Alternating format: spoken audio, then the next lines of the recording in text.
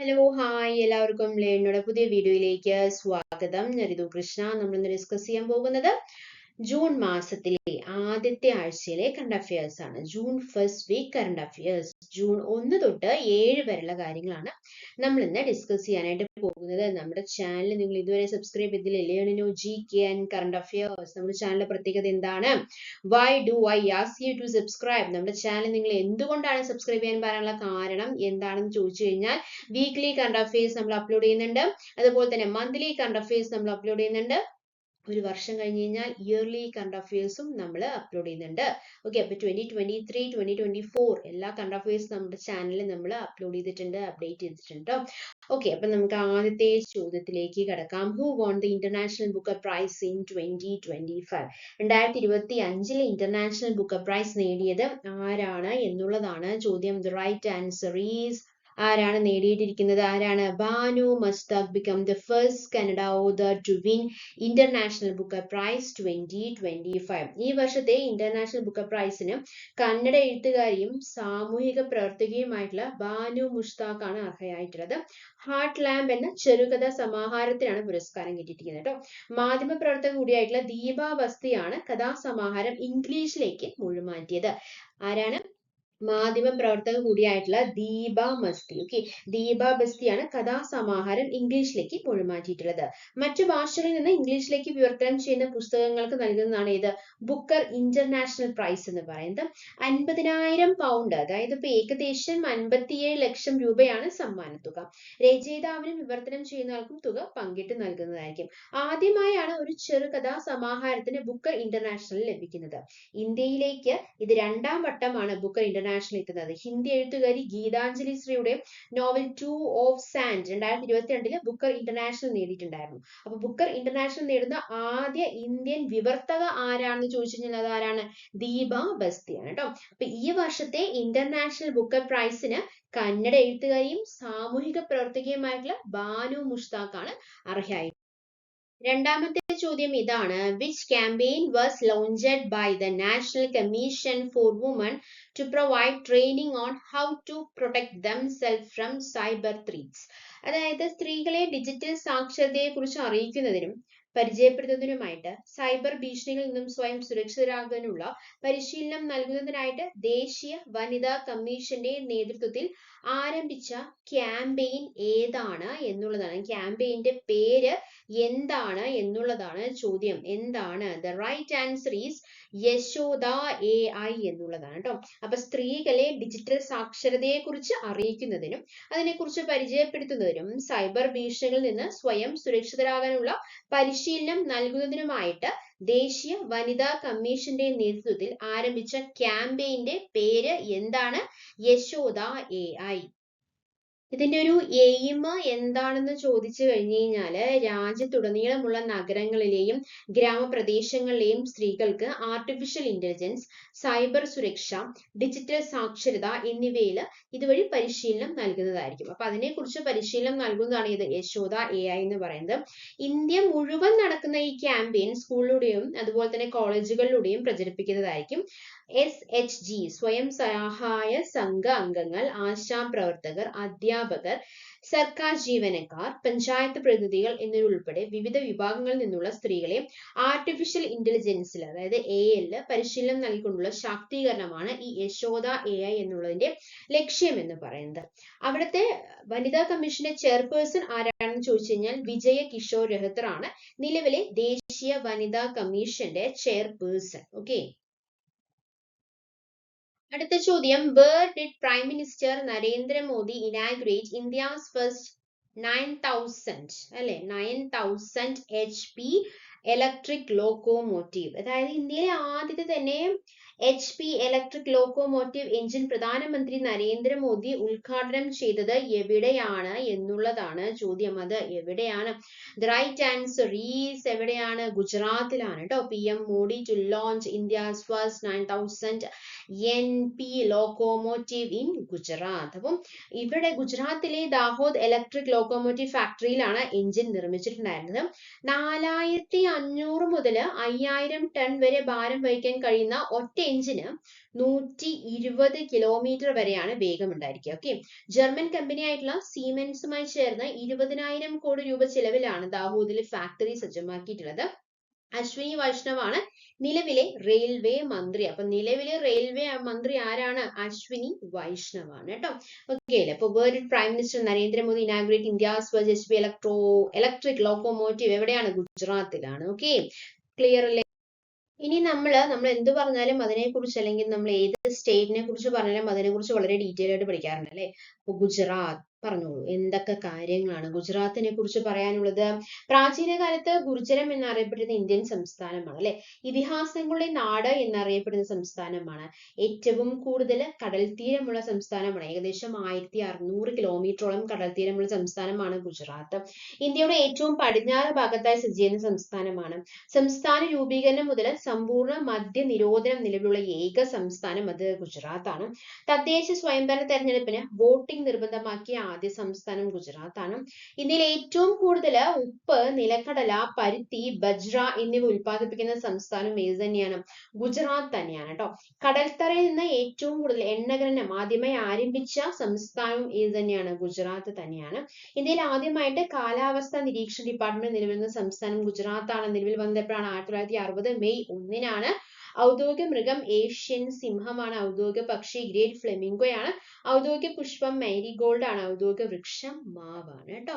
Okay അല്ലേ? അടുത്ത ചോദ്യത്തിലേക്ക് കടക്കാം. 4ാമത്തെ ചോദ്യം. Name the founder director of IUCAA in Pune who passed away recently. എന്താണ് IUCAA-ന്റെ ഫുൾ ഫോം? എന്താണ്? Inter University Centre for Astronomy and Astrophysics. Okay, so name the founder and the director of IUCAA, Inter University Centre for Astronomy and Astrophysics in Pune who passed away recently. The right answer is ആരാണ്? Jayant Vishnu Narlikar. Okay, name the founder. അപ്പൊ IUCAA-ന്റെ ഫൗണ്ടറും അതുപോലെ ഡയറക്ടറും ആരാണ്? Jayant Vishnu Narlikar and the cosmic visionary who challenge the universe. Okay, അടുത്ത ചോദ്യം 5ാമത്തെ ചോദ്യമാണ് അല്ലെ. 5ാമത്തെ ചോദ്യം. Which country has launched the world first national level cryptocurrency tourism payment system അല്ലെ. Which country has launched the world first national level cryptocurrency tourism payment system. The right answer is എന്താണ്? ഭൂട്ടാൻ ആണ് അല്ലെ. ഭൂട്ടാനെ കുറിച്ച് എന്തൊക്കെ കാര്യങ്ങളാണ് പറയാനുള്ളത്? ഇടിമിന്നലുകളുടെ നാട് എന്നറിയപ്പെടുന്ന രാജ്യമാണ് അല്ലെ. ലോകത്തിലെ തന്നെ ആദ്യത്തെ പുകയില വിമുക്ത രാജ്യമാണ് ഏത്? ഭൂട്ടാൻ എന്ന് പറയുന്നത്. തെക്കനേഷ്യയിലെ രാജ്യഭരണം നിലനിൽക്കുന്ന ഏക രാജ്യം അത് ഭൂട്ടാനാണ് കേട്ടോ. ഈ പുറന്തള്ളുന്നതിനേക്കാൾ കൂടുതൽ കാർബൺ ഡൈ ഓക്സൈഡ് ആഗിരണം ചെയ്യുന്ന ലോകത്തിലെ ഒരേ ഒരു രാജ്യം എന്നൊരു സ്പെഷ്യാലിറ്റി ആർക്കുണ്ട്? ഭൂട്ടാൻ ഉണ്ട് കേട്ടോ. ബിരുദധാരികൾക്ക് മാത്രം പാർലമെന്റിലേക്ക് മത്സരിക്കാൻ കഴിയുന്ന ഏക രാജ്യം. അവിടെ മത്സരിക്കണമെങ്കിൽ മിനിമം എന്ത് വേണം? ഡിഗ്രി ക്വാളിഫിക്കേഷൻ എങ്കിലും വേണം. ഏഷ്യയിലെ ഏറ്റവും പ്രായം കുറഞ്ഞ ജനാധിപത്യ രാജ്യമാണ് ഭൂട്ടാൻ. ലോകത്ത് ആദ്യമായിട്ട് സുഗന്ധ സ്റ്റാമ്പ് പുറത്തിറക്കിയ രാജ്യം അത് ഭൂട്ടാനാണ്. ഇന്ത്യയുമായിട്ട് കരതിർത്തി പങ്കിടുന്ന ഏറ്റവും ചെറിയ രാജ്യമാണ് ഏത്? ഭൂട്ടാൻ എന്ന് പറയുന്നത്. ഓക്കെ, അടുത്ത ചോദ്യത്തിലേക്ക് കടക്കാം. When is world metrology day? എന്നാണ് വേൾഡ് മെട്രോളജി ഡേ എന്നാണ് ചോദ്യം. എന്നാണ്? ദ റൈറ്റ് ആൻസർ ഈസ് എന്താണ്? മെയ് 20-നാണ് അല്ലെ. വേൾഡ് മെട്രോളജി ഡേ എന്നാണ് മെയ് 20-നാണ്. അതിന്റെ തീം എന്തായിരുന്നു? Measurements for all times for all people എന്നുള്ളതാണ് അതിന്റെ തീം എന്ന് പറയുന്നത്. അപ്പൊ മെയ് 20 വേൾഡ് മെട്രോളജി ഡേ. അതിന്റെ തീം എന്ന് പറയുന്നത് measurements for all times for all people എന്നുള്ളതാണ് അതിന്റെ തീം എന്ന് പറയുന്നത് കേട്ടോ. ഇനി അടുത്ത ചോദ്യം. Which state is home to India's first AI data centre park? Which state is home to India's first AI data center park? The right answer is Chhattisgarh ആണ്. India's first AI data center park is coming to Raipur, Chhattisgarh. Okay. അടുത്ത ചോദ്യം 8ാമത്തെ ചോദ്യം. Who conducts the annual Operation Olivia? Who conducts the annual Operation Olivia? The right answer is ICG. ICG എന്ന് പറയുമ്പോൾ എന്താണ് ഉദ്ദേശിക്കുന്നത്? Indian coast guard. Operation Olivia conduct ചെയ്തതാണ് Indian coast guard. Okay, അപ്പൊ 9ാമത്തെ ചോദ്യം ഇതാണ്. Who is the 10th chancellor of Germany? ജർമ്മനിയുടെ 10ാമത്തെ chancellor എന്ന പദവിയിൽ എത്തുന്നത് ആരാണ് എന്നുള്ളതാണ് ചോദ്യം. ആരാണ്? ഫ്രെഡറിക് മേഴ്സ് ആണ് കേട്ടോ. Frederick Merz. ഓക്കെ, അപ്പൊ മാസങ്ങൾ നീണ്ട കാത്തിരിപ്പിനൊടുവിൽ ജർമ്മനിയുടെ പുതിയ നായകനായിട്ട് ഫ്രെഡറിക് മേഴ്സ് ചുമതലയേറ്റതോടെ ലോകത്തിന്റെ കണ്ണുകളുമായി രാജ്യത്തിന് നേർക്കാണ്. കാരണം എന്താണെന്ന് ചോദിച്ചു കഴിഞ്ഞാൽ അമേരിക്കയിൽ നിന്നും സ്വാതന്ത്ര്യം നേടുക എന്ന ലക്ഷ്യം മുൻനിർത്തി പ്രവർത്തിക്കുന്ന ഒരു വ്യക്തിയാണ് ഫ്രെഡറിക് മേഴ്സ് എന്ന് പറയുന്നത്. അപ്പൊ അങ്ങനെ ഒരു നേതാവ് അവിടുത്തെ ചാൻസലർ പദവിയിൽ എത്തുമ്പോൾ യൂറോപ്പിലെങ്ങും അതിന്റെ അലയൊലികൾ ഇങ്ങനെ പ്രതിഫലിക്കുമെന്ന വിശ്വാസത്തിലാണ് ലോകമുള്ളത്. 1989 രാഷ്ട്രത്തിൽ പ്രവേശിച്ച അഭിഭാഷകനും ജഡ്ജിയുമായിരുന്ന ഫ്രെഡറിക് മേഴ്സ് പരിഷ്കാരങ്ങളിലൂടെയും ജർമ്മനിയെ മുന്നോട്ട് നയിക്കുമെന്ന പ്രഖ്യാപനവുമായിട്ടാണ് ഭരണത്തിലേറുന്നത് കേട്ടോ. പാർലമെന്റിന്റെ ആദ്യവട്ട തെരഞ്ഞെടുപ്പിൽ അപ്രതീക്ഷിത പരാജയം നേരിട്ടതിനു ശേഷം രണ്ടാം ഊഴത്തിൽ ഭൂരിപക്ഷം തെളിയിച്ചാണ് ക്രിസ്ത്യൻ ഡെമോക്രാറ്റിക് യൂണിയൻ നേതാവായിട്ടുള്ള മേഴ്സ് ജർമ്മനിയുടെ 10ാം ചാൻസലറായിട്ട് എത്തുന്നത്. എസ് ഡി പി എന്ന് പറഞ്ഞാൽ സോഷ്യൽ ഡെമോക്രാറ്റിക് പാർട്ടി കൂടി ഉൾപ്പെട്ട സഖ്യത്തിന്റെ ഭാഗമായി മത്സരിച്ചാണ് CDU 28.5% വോട്ട് നേടി തീവ്ര വലതുപക്ഷ കക്ഷിയായിട്ടുള്ള ഓൾട്ടർനേറ്റീവ് ഫോർ ജർമ്മനിയെ പരാജയപ്പെടുത്തിയത്. രണ്ടാം ലോക മഹായുദ്ധത്തിന് ശേഷം ആദ്യമായാണ് മുന്നണിക്ക് ഭൂരിപക്ഷം ഉണ്ടായിട്ട് പോലും ചാൻസലർ ആദ്യഘട്ടത്തിൽ പരാജയം നേരിടുന്നത്. ആദ്യവട്ട തെരഞ്ഞെടുപ്പിൽ ആകെയുള്ള 630 വോട്ടിൽ ജയിക്കാനായിട്ട് 316 വോട്ട് വേണ്ടിയിരുന്ന മേഴ്സിന് ലഭിച്ചത് 310 വോട്ടുകൾ മാത്രമായിരുന്നു. 6 വോട്ടുകളുടെ കുറവിൽ പരാജയം ലഭിച്ച അദ്ദേഹത്തെ രണ്ടാം തെരഞ്ഞെടുപ്പിൽ ഭാഗ്യം തുണയ്ക്കുകയാണ് ഉണ്ടായത്. ഒടുവിൽ 325 വോട്ടുകളോടെയാണ് മേഴ്സ് ജർമ്മൻ പാർലമെന്റിലേക്ക് തെരഞ്ഞെടുക്കപ്പെട്ടത് കേട്ടോ. അദ്ദേഹത്തെ കുറിച്ച് വളരെ ഡീറ്റെയിൽ ആയിട്ട് പറയുകയാണെങ്കിൽ അദ്ദേഹത്തിന്റെ ചൈൽഡ്ഹുഡിനെ കുറിച്ച് പറയുകയാണെങ്കിൽ പശ്ചിമ ജർമ്മനിയിലെ ബ്രിനോണില് 1955 നവംബർ 11 ജോക്കിയം ഫ്രിഡ്രിഷ് മാർട്ടിൻ ജോസഫ് മേഴ്സിന്റെ ജനനം. ഓക്കെ, അദ്ദേഹത്തിന്റെ ഫുൾ പേര് എന്താണ്? ഫ്രിഡ്രിഷ് മാർട്ടിൻ ജോസഫ് മേഴ്സ് എന്നാണ്. ഫ്രെഡറിക് മേഴ്സ് എന്നാണ് നമ്മൾ പറയുന്നത് അല്ലെ. ജഡ്ജിയും രാഷ്ട്രീയ പ്രവർത്തകനുമായിട്ടുള്ള ജോക്കിം മേഴ്സ് ഫ്രഞ്ച് വംശജയായിട്ടുള്ള പോള എന്നിവരാണ് അദ്ദേഹത്തിന്റെ മാതാപിതാക്കൾ.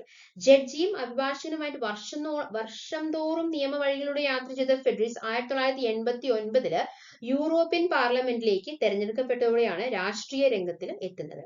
1994 പാർലമെന്റിലേക്ക് തെരഞ്ഞെടുക്കപ്പെട്ട മേഴ്സ് 2000 CDUവിന്റെ പാർലമെന്ററി പാർട്ടി നേതാവായിട്ട് മാറി.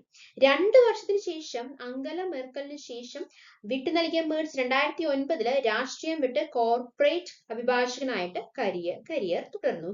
ബ്ലാക്ക് റോക്ക് ഉൾപ്പെടെയുള്ള സ്ഥാപനങ്ങളിൽ പ്രവർത്തിച്ചിട്ടുണ്ട് അദ്ദേഹം. അംഗല മെർക്കൽ CDU നേതൃത്വം ഒഴിഞ്ഞതിനെ തുടർന്ന് മേഴ്സ് രാഷ്ട്രീയത്തിലേക്ക് തിരിഞ്ഞു. 1981 സഹപ്രവർത്തകയായിട്ടുള്ള ഷാർലറ്റിനെ മേഴ്സ് വിവാഹം കഴിച്ചു. 3 മക്കളാണ് ഈ ദമ്പതികൾക്ക് ഉള്ളത്. ഓക്കെ, അടുത്ത ചോദ്യം ഇതാണ്, 10ാമത്തെ ചോദ്യം. Which archipelago has recently been return to Mauritius? Archipelago എന്ന് പറഞ്ഞാൽ എന്താണ്? ദ്വീപസമൂഹം എന്നാണ് അർത്ഥം. ദ്വീപസമൂഹം. ഓക്കെ, അപ്പോ ഏത് ദ്വീപസമൂഹമാണ് മൗറീഷ്യസിന് തിരിച്ചു കിട്ടിയത് എന്ന് ചോദിച്ചു കഴിഞ്ഞാൽ അത് ഏതാണ്? ഷാഗോസ് ആണ്. UK return Chagos islands to Mauritius. Okay, അപ്പോ ഇന്ത്യൻ മഹാസമുദ്രത്തില് ഷാഗോസ് ദ്വീപുകൾ ഉടമസ്ഥാവകാശത്തെ ചൊല്ലിയുള്ള ദശാബ്ദങ്ങൾ നീണ്ട തർക്കങ്ങൾക്കൊടുവിൽ വിരാമം വന്നിരിക്കുകയാണ്. ബ്രിട്ടന്റെ കൈവശമായിരുന്നു ഈ ഷാഗോസ് ദ്വീപുകൾ. അതിപ്പോ മൗറീഷ്യസിന് വിട്ടു നൽകാൻ ഉടമ്പടിയായതോടെ അവകാശ തർക്കത്തിന് പരിഹാരമായിരിക്കുകയാണ്. ആഫ്രിക്കൻ ഭൂഖണ്ഡത്തിന് കിഴക്കായി സ്ഥിതി ചെയ്യുന്ന ദ്വീപ സമൂഹമാണ് ഏത്? ഷാഗോസ് എന്ന് പറയുന്നത് കേട്ടോ. ഈ ഷാഗോസ് ദ്വീപുകൾക്ക് ദ്വീപസമൂഹത്തിൽ 60ഓളം ദ്വീപുകളാണ്, കുട്ടി ദ്വീപുകളാണ് ഉള്ളത്. ബ്രിട്ടന്റെയും US-ന്റെയും സംയുക്ത വ്യോമ നാവിക താവളമുള്ള ദ്വീപായിട്ടുള്ള ഡിഗോ ഗാർസിയും ഷാഗോസിന്റെ കീഴിലാണുള്ളത്. ഷാഗോസിലെ ഏറ്റവും വലിയ ദ്വീപ് കൂടിയായിട്ടുള്ള ഡിഗോ ഏതാണ്? മൗറീഷ്യസുമായിട്ട് ഉടമ്പടിക്ക് ശേഷം ബ്രിട്ടന്റെ ഉടമസ്ഥതയിൽ തന്നെയായിരിക്കും കേട്ടോ. 99 വർഷത്തേക്ക് പാട്ട വ്യവസ്ഥയിലാണ് ഏകദേശം ലക്ഷദ്വീപിന്റെ വലിപ്പമുള്ള ഡീഗോ ഗാർസിയുടെ അവകാശം ബ്രിട്ടന് ലഭിക്കുക. ബ്രിട്ടൻ വർഷം തോറും ഇതിനായുള്ള പാട്ടത്തുക മൗറീഷ്യസിന് നൽകണം എന്നുള്ളതാണ് പറഞ്ഞിട്ടുള്ളത്. 1814 മുതൽ ബ്രിട്ടനാണ് മൗറീഷ്യസും ആ രാജ്യത്തിന്റെ ഭാഗമായിരുന്ന ഷാഗോസ് ദ്വീപുകളും ഭരിച്ചിട്ടുണ്ടായിരുന്നത്. ബ്രിട്ടനിൽ നിന്ന് 9332 കിലോമീറ്റർ, മൗറീഷ്യസിൽ നിന്ന് 2011 കിലോമീറ്ററും അകലെയാണ് ഷാഗോസ് ദ്വീപുകളുടെ സ്ഥാനം എന്ന് പറയുന്നത്. ഇതിനെക്കുറിച്ച് വളരെ ഡീറ്റെയിൽ ആയിട്ട് അതിന്റെ ഹിസ്റ്ററിയിലേക്ക് പോവുകയാണെങ്കിൽ 1965 മൊറീഷ്യസിനെയും ഷാഗോസ് ദ്വീപുകളെയും രണ്ടായിട്ട് വിഭജിക്കുകയുണ്ടായി.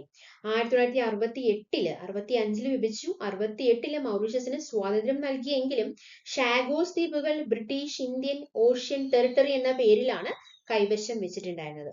അപ്പോൾ എങ്ങനെയാണ് ബ്രിട്ടീഷ് എന്തായിരുന്നു പേര്? ബ്രിട്ടീഷ് ഇന്ത്യൻ ഓഷ്യൻ ടെറിട്ടറി എന്ന പേരിലാണ് കൈവശം വെച്ചിട്ടുണ്ടായിരുന്നത്. അങ്ങനെ ഒരു ദശാബ്ദമായിട്ട് തുടങ്ങിയിട്ടുള്ള തർക്കങ്ങൾക്ക് ഒരു അവസാനം വന്നിരിക്കുകയാണ്. ഷാഗോസ് ദ്വീപുകളുടെ ഉടമസ്ഥാവകാശം മൗറീഷ്യസിന് കൈമാറുന്നതോടെ ആ ഒരു തർക്കത്തിന് അങ്ങനെ അവസാനം വന്നിരിക്കുകയാണ് കേട്ടോ. അപ്പൊ അതിന്റെ ഹിസ്റ്ററിനെ കുറിച്ചിട്ടൊക്കെ പറയുകയാണെങ്കിൽ ഒരുപാട് കാര്യങ്ങൾ പറയാണ്ട് നമുക്ക് അറിയേണ്ട കാര്യം എന്ന് പറഞ്ഞപ്പോൾ ഷാഗോസ് എന്തിന്റെ അണ്ടറിലാണ്? മൗറീഷ്യസിന്റെ അണ്ടറിലാണെന്ന് മാത്രം അറിഞ്ഞു വെക്കുക. ഓക്കെ, ഇതുപോലത്തെ കൂടുതൽ ഡീറ്റെയിൽസ് ആണ് നിങ്ങൾക്ക് ആവശ്യമെങ്കിൽ നമ്മുടെ ചാനൽ സബ്സ്ക്രൈബ് ചെയ്യുക, സപ്പോർട്ട് ചെയ്യുക. Thank you. Thanks for your time. By.